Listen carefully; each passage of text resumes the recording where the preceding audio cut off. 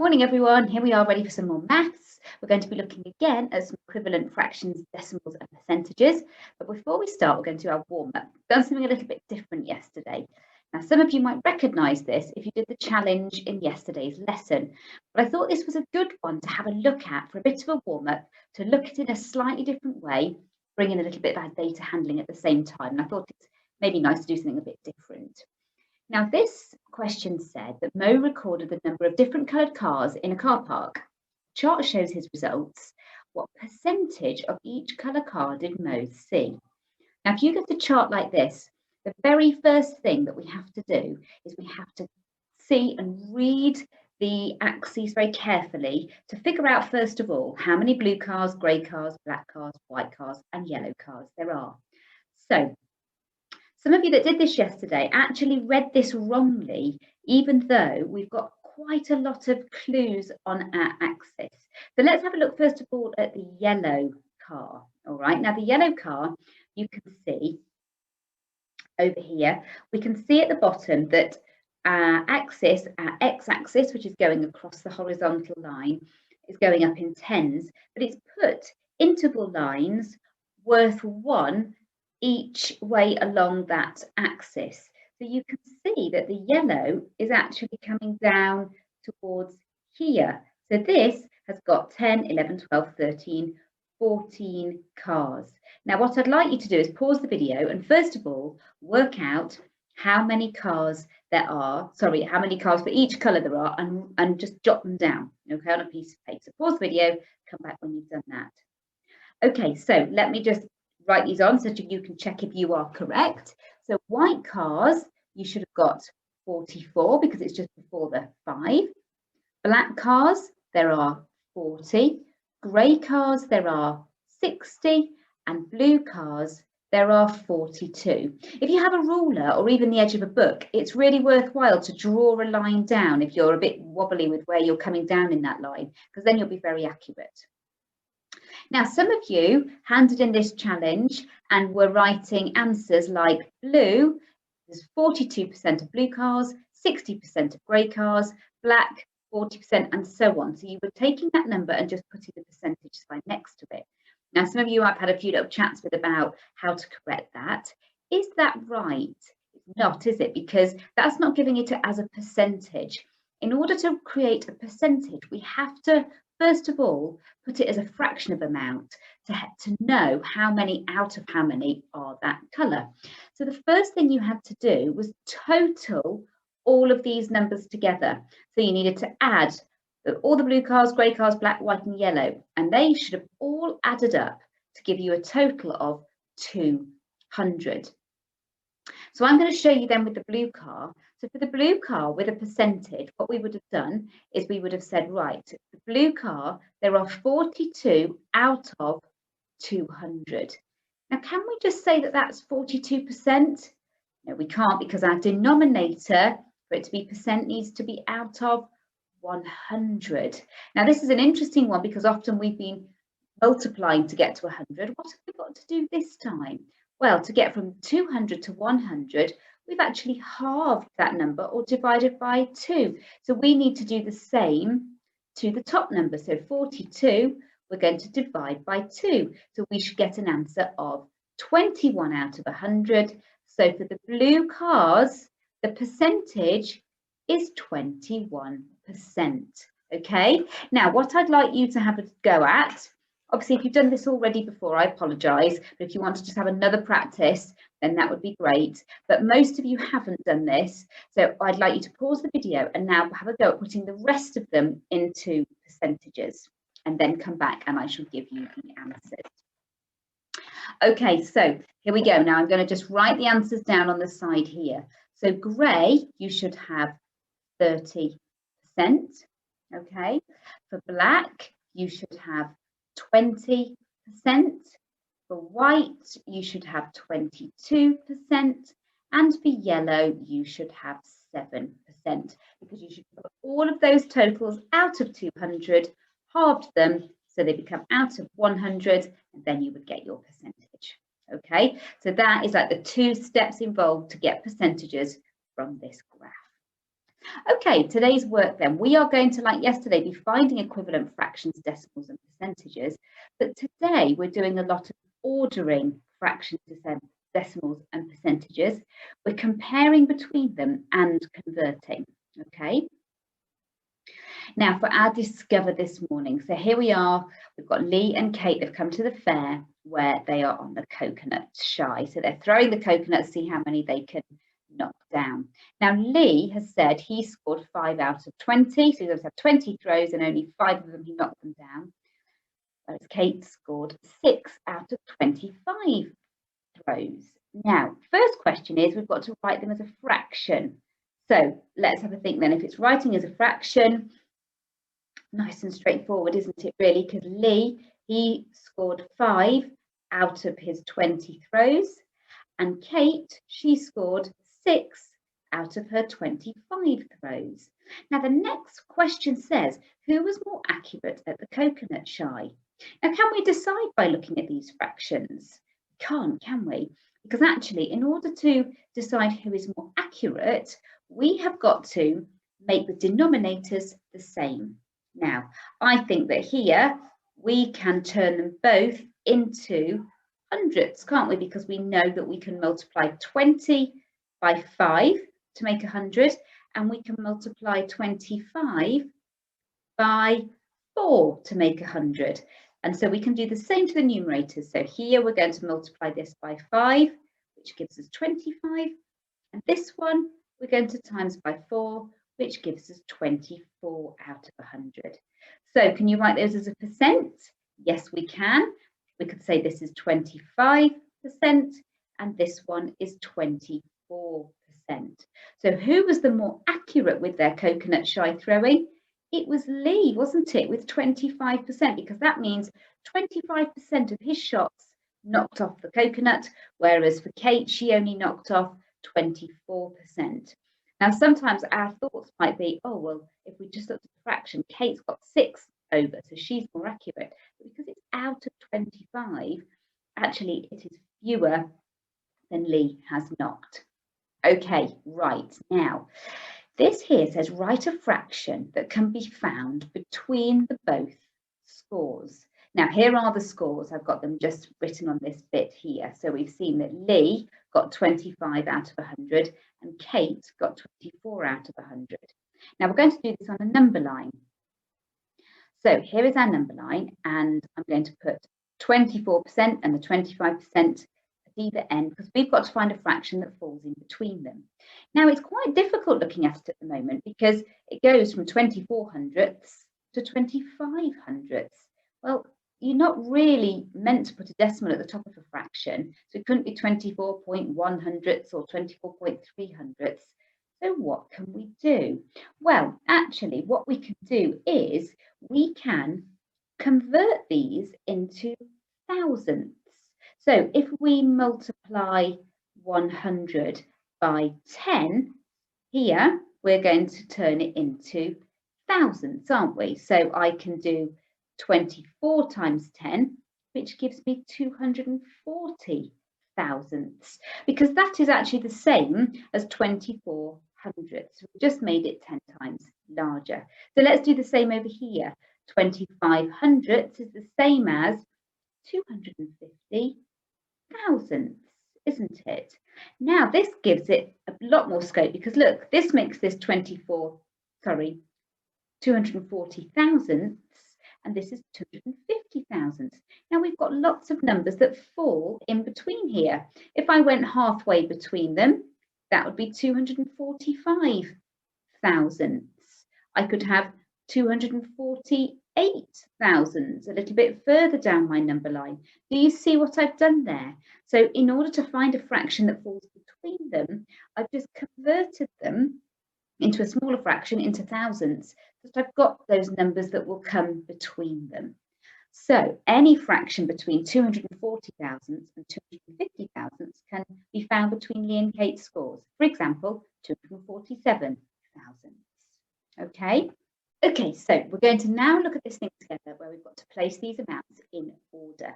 Now, at the moment, all the cards we can see in front of us are in different forms. So we can't order or compare in this state because it's very difficult for us to know what means what. So my thinking with this is always that I would put these into fractions before I would try to order them. I find it a lot easier if they're in a fraction form for this method.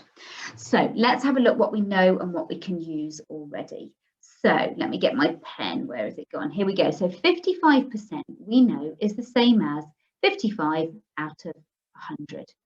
Now 5/5, that's a whole, isn't it? That's already 1. So in fact, we don't need to do anything with that. We can cross it out and already put it on our number line because 5/5 is the same as 1 whole. Now 0.5, hopefully we all know that that's in the tenths column. It's 5/10. It's also the same as 50% or a half, isn't it? Now 5%, that's 5/100. 5/25 we've got as a fraction already, and 0.505. Now here we think, well, the smallest value is in the thousandths column, so we're going to write that over 1,000, 505 thousandths. Now, can I now order my fractions? Well, I'm halfway there, but actually the denominators are different. So before I can do anything else, I need to make the denominators the same. So if I look around at my fractions, my largest denominator is 1,000. And at a glance, I can see that my other fractions I could also put into thousandths. So let's start off with 55 hundredths. Now, in order to put this as thousandths, we just need to multiply our denominator by 10. So this becomes 1,000. I've got to times the top by 10, so it becomes 550 thousandths. Let's edit this to be the right fraction over here. So 550 thousandths is the same as 55%. Now, 5/10 as thousandths, this time to convert it to thousandths, because I'm starting in tenths, I've got to times by 100. So 5 times 100 is 500 thousandths. So let's edit this so we're getting all of our fractions to have the same denominator. So this is the same as 500 thousandths. Now 5 hundredths that I've got here, now we went from hundredths a minute ago and we decided, well, to get to thousandths, we times by 10. So this means that this must be 50 thousandths. So let's edit this one. So we've got 50 thousandths. Now 5/25, I'm going to help myself out here by doing another step. Rather than going straight to thousandths, I'm going to go into hundredths first, because I know that that's times 4. And then I'm going to be accurate with my answer. So 5 times 4 is 20. So now to get those into thousandths, so we're matching with the rest, I'm timesing by 10. So fine answer, this is going to be the same as 200 thousandths. Now that looks better. They've all got the same denominator, and now I can pop them on my number line. I've now got to think about what my intervals are worth. Now, if I know that at this end I've got 0, and this end I have 1, I always count how many spaces there are between them, and there's 10 spaces. Now, because I'm thinking in thousandths, I'm going to think of my 1 whole as 1,000 thousandths. Okay. Now, because there's space for there's 9 interval lines, sorry, with 10 gaps. That must mean that as this is going up, we're going up in 100 thousandths at a time. Okay. Now, I'm not going to write them all on. I'm going to write the first couple so we get the idea. And then I'm going to find halfway, 100, 200, 300, 400. Here is 500 thousandths. So that's halfway. So now I know the denominators are the same. I know that I've got my intervals correct. Let's try and pop them on the line. So 550 thousandths, that's going to be in between, isn't it? 500 and 600 thousandths, because 550 is halfway, between 500 and 600. So this, well, that one must be here. So 55% must be about there on my number line. So I've added this one on. I can take that off. Now 0.5 is the same as 500 thousandths, which is halfway. So that one must come just here. I can take that one off. 5% is tiny, isn't it? only 50 1,000ths. So if I go at the bottom here, here is 100 thousandths. So 50 must be halfway. So here is my 5%. Tick that one off. Now 5/25ths was the same as 200 thousandths. And so I'm going to put my 5/25ths on this interval line. And then finally, I've got 505 thousandths. So I'm going to put that, where am I going to put that one? Now, it's 505. So here's 500. This is 550. So 505 has got to come all the way down near here at the beginning. So I think what I might then try and do is put a line just to point to that there, because I can't squeeze it in. So do you see how we've done two steps here? We've put all of our numbers into fractions. We've then converted them to have the same denominator of 1,000. And then once we've done that, we've sorted out our intervals and we've popped them onto the number line. Now we can decide on the order just by looking at our number line. So our smallest one here is 5%. Okay, our next would be 5/25ths. Our next would be 0.5. Our next would be 0.505. Our next would be 55%. And our largest was our 5/5 or our whole. Okay, so this takes a lot of calculating, a lot of thinking. As long as you're logical, organise your calculations, you can do it. Now, I've put these questions into our lesson today because these next couple of slides are both questions that appear in your Power Maths today, and I thought you might get a little bit confused, so I wanted to go through them with you. Now, this first one says, is 1.4 more than 1.35? Now, again, I can't compare them at the moment because this one has a decimal, this one has a fraction. So I'm going to try and make them the same. So 1.4 we know is the same as 1 whole and 0.4. Okay, now 0.4 is in the tenths column. We have 4 tenths. So we know that that's the same as 4 tenths. So 1.4 is actually the same as writing 1 and 4 tenths. This is looking a bit better to compare. So if I've now got 1 and 4 tenths, can I compare it to 1 and 3/5? Still a problem. Look, our denominators are different. But I can think, well, 1 and 3/5, I can convert that to find an equivalent fraction over tenths. I've times my 5 by 2, so I must times my 3 by 2, which gives me 1 and 6 tenths. Right, so now this I can directly compare because they have the same denominator, they're in the same form. Which is the largest one? Well, I'm going to look at my numerators because my whole numbers are the same. So my largest numerator is 6/10, so that means this one is larger. So my original question said, is 1.4 more than 1 and 3/5? My answer would be no, because 1 and 6/10 or 1 and 3/5 is bigger. Okay, the next one is this. Find the midpoint between the two amounts. Midpoint means halfway point.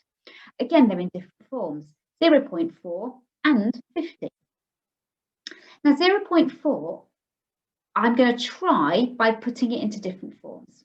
0.4 is the same as 4 tenths, which I know is also the same as 40 100ths, which makes it the same as 40%. Look, 50%, 40%. I can compare them now. Now, halfway between 40 and 50 is going to be 45. So the midway between those two is 45%. Now, you may have changed your 50% into a decimal and made that become 0.5, in which case your midpoint may be 0.45. Or you may have put this into a fraction, in which case your midpoint may have been 45 hundredths, and you might have been really super clever, simplified it down to make it 9/20ths, because they're both in the 5 times table. All of these would be correct, and your midpoint can be in any form of those types when you are doing a calculation like this. All right, now this one, have a go, pause the video and see if you can do it and come back for the answer. Now this one here, the way I would tackle this is I would think, right, what do I know about these already? 25%, that's the same as 0.25, which is the same as 1/4. Now 6/8 in the fractions, they're a bit hard to compare. However, I have spotted that 6/8, they're both in the 2 times table. I'm going to simplify that. So divide both by 2. And that becomes 3/4. Oh, now I know that 3/4 is the same as 0.75 and it's the same as 75%. Right, look, I've got all the different forms there now. I don't need them all, but I've just put them down to see if it's going to help me.